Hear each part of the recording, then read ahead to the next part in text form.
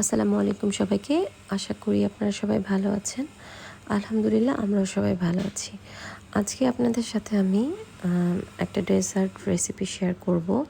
তো এটা আসলে টার্কিশ মিল্ক কেকও বলে অনেকে, আর ট্রেসলেট কেকও বলে এটাকে, যদি না আমি উচ্চারণের ভুল না করে থাকি। ভুল হয়ে থাকলে ক্ষমা সুন্দর দৃষ্টিতে দেখবেন। তো চলে যাচ্ছি মূল রেসিপিতে।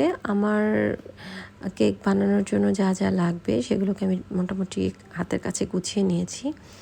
তো আমি এখানে একটা ব্লেন্ডার জাগে আমি আজকে অন্য নর্মালি এগ বিটার দিয়ে, যেটা বিটার মেশিন সেটা দিয়ে করি।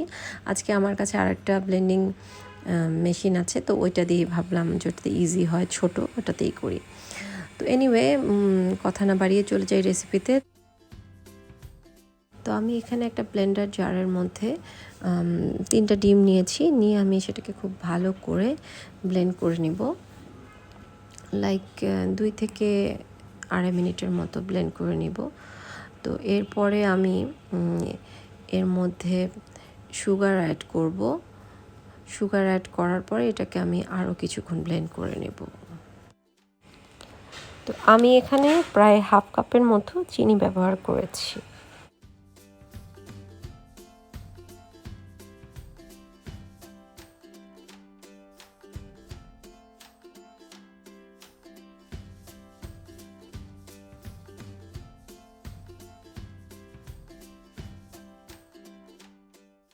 তো আমার সুগার দিয়ে এটাকে খুব ভালো করে ব্লেন্ড করা হয়ে গিয়েছে। সুগারটা একেবারেই মেল্ট হয়ে গিয়েছে। এই সময় একটু বেশিক্ষণ বিট করতে হয়, কারণ সুগারটা মেল্ট হতে একটু সময় নেয়। তো আমি এর ভেতরে প্রায় 1 টেবিল স্পুনের মতো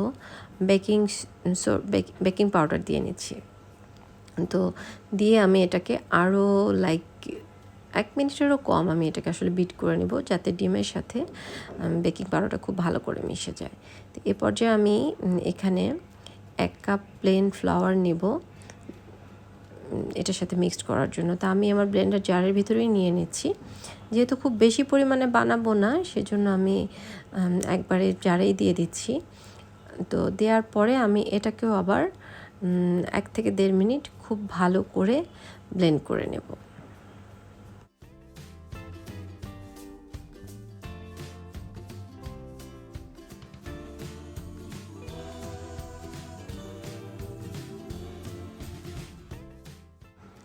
তো আমার ফ্লাওয়ার দেওয়ার পরে, ময়দা দেওয়ার পরে খুব ভালো করে ব্লেন্ড করে নিয়েছি আমি এটাকে।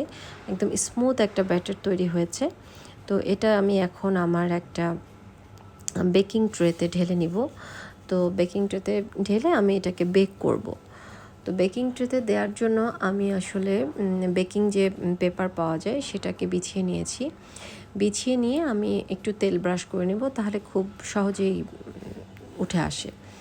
তো তেল ব্রাশ করে নেওয়ার পরে আমি যেটা হয়েছে আসলে, আমি যেটাতে কেকটা সেট করব সেই বোলটার ভিতরে আমি ভেবেছিলাম যে ওটার মেজারমেন্টে আমি জিনিসটা বানাই। তো এটা আমার ওভেন প্রুফ বাটি কাচের, কিন্তু আমি আসলে কখনো ডিরেক্টলি ইলেকট্রিক ওয়েভে দিইনি। তো যেহেতু দিইনি, আমি ভাবছিলাম যে আবার ভেঙে যে আর একটা ঝামেলা হবে।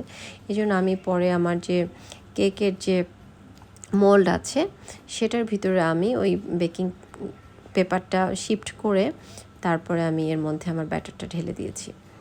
তো ব্যাটারটা এখন ঢেলে দিচ্ছি। ঢেলে দেওয়ার পরে এটাকে আমি 130 ডিগ্রি সেন্টিগ্রেডে আপনার 25 থেকে 30 মিনিট বেক করব। এটা আসলে অনেকটা ডিপেন্ড করে অবশ্য যার যার ওভেনের উপরে অনেকটা টেম্পারেচার ডিপেন্ড করে।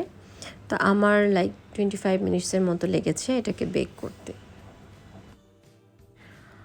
তো আমার সবগুলো কি বলবো, ব্যাটার ঢালা হয়ে গেছে। তো আমি একটু ট্যাপ ট্যাপ করে দিচ্ছি, যাতে করে ভিতরে কোনো বাবল থাকলে সেগুলো বেরিয়ে যায়। তারপরে সরাসরি আমি ওভেনে বেক করতে দিয়ে দিয়েছি।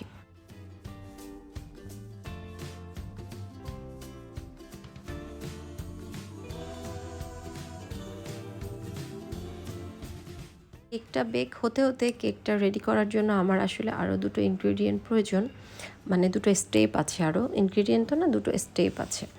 তো 2টো স্টেপের জন্য আমাকে 2টো জিনিস তৈরি করে নিতে হবে।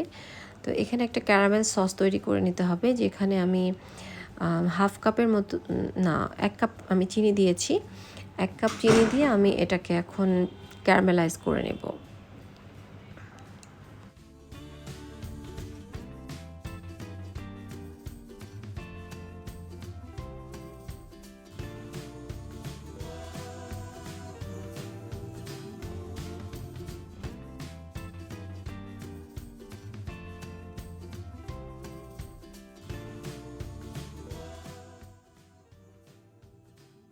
আমার চিনিটা মোটামুটি কালার হওয়া শুরু হয়েছে ক্যারামেল হওয়ার জন্য। এ পর্যায়ে বারবার নাড়াচাড়া করতে হবে, কারণ চিনিটা পুড়ে গেলে এই সসটা তিতা হয়ে যাবে। সেজন্য টেম্পারেচারটা একটু কমিয়ে দিয়ে বারবার নাড়াচাড়া করে খেয়াল করতে হবে যাতে করে চিনিটা পুড়ে না যায় কোনোভাবেই। তো চিনিটা মোটামুটি একটু কালার আসার পরেই আমি এর মধ্যে 2 টেবিল চামচের মতো বাটার দিয়ে দিয়েছি। বাটার দিয়ে বাটারটা মেল্ট হওয়া পর্যন্ত একটু নাড়াচাড়া করব।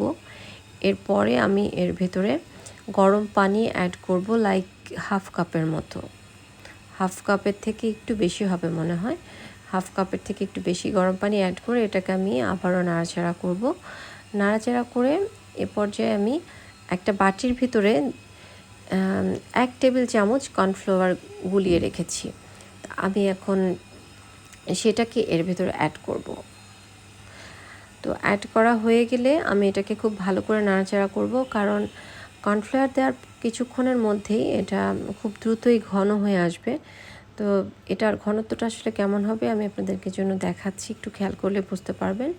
এরকম একটা থিকনেস আসলেই এটাকে নামিয়ে ফেলতে হবে। আমি চুলাটা বন্ধ করে ফেলেছি। এটা আমার সসটা রেডি এখন।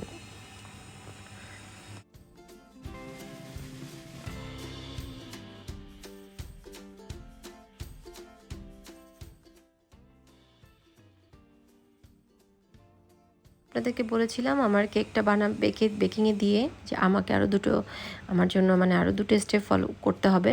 তো প্রথম স্টেপটা আমার হয়ে গেছে, একটা ক্যারামেল সস তৈরি হয়েছে। তো এখন আমি আমার ব্লেন্ডিং জারের ভিতরে হুইপিং ক্রিম নিয়ে নিচ্ছি 1 কাপ। এর ভেতরে আমি প্রায় 4 থেকে 5 টেবিল চামচের মতো, এটা আসলে ডিপেন্ড করে যার যার টেস্টের উপরে, কারণ এখানে ক্যারামেল সসটাও সুইট, কেকের ভিতরেও সুইট দিয়েছি, আবার এই হুইপিং ক্রিমের ভিতরেও সুইট থাকছে। সেই জন্য একটু বুঝে, যার টেস্ট যেরকম, যদি কেউ বেশি সুইট খায় তাহলে 5 টেবিল চামচ দিতে পারেন, আর কম খেলে 3 থেকে 4 টেবিল চামচ দিলেও হবে। তো আমি চিনি দিয়ে হুইপিং ক্রিমটাকে খুব ভালোভাবে ব্লেন্ড করে নিচ্ছি। তো হুইপিং ক্রিমটা যখন একেবারে প্রপার হুইপিং ক্রিম ফোমে পরিণত হয়ে যাবে, একবারে দেখা যাবে যে জারের ভিতর থেকে আর পড়ছে না, প্রপারভাবে ক্রিমটা তৈরি হয়েছে, তখন আমি এটাকে ফ্রিজে রেখে দেবো।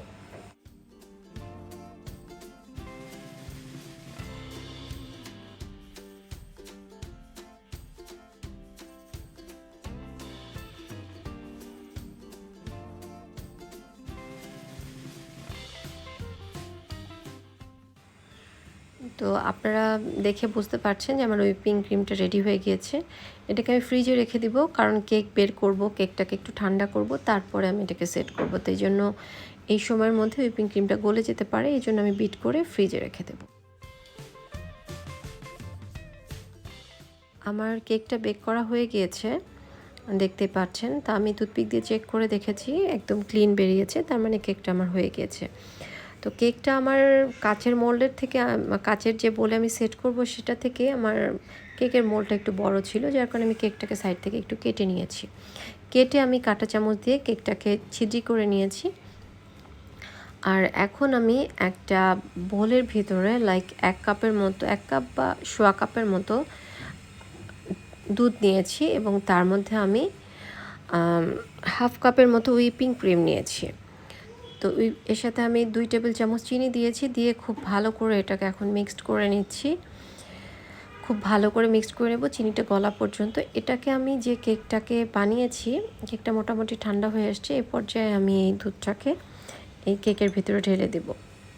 তো ঢেলে দেওয়ার পরে আমি এই যে হুইপিং ক্রিমটা বানিয়ে রেখেছিলাম সেটাকে আমি এখন এই কেকের উপরে সেট করে দেব। এটা খুব স্মুথভাবে মানে উপরটা একেবারে সমান করে না করলেও চলবে, কারণ এটার উপরে আর একটা লেয়ার যাবে। তো এটার উপরে আমি এখন যে ক্যারামেলের সসটা বানিয়েছিলাম সেটাকে দিয়ে দেব, দিয়ে আমি এটাকে পুরোটা ছড়িয়ে দেবো আর কি, খুব সুন্দর করে।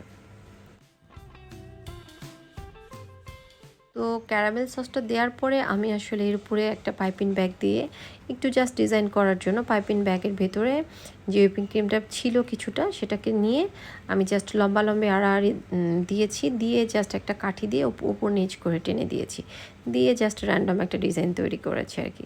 তো তৈরি হয়ে গেল আমার মজাদার টার্কিশ মিল্ক কেক। আশা করি আমার আজকের এই রেসিপিটি আপনাদের ভালো লাগবে। Thanks for watching.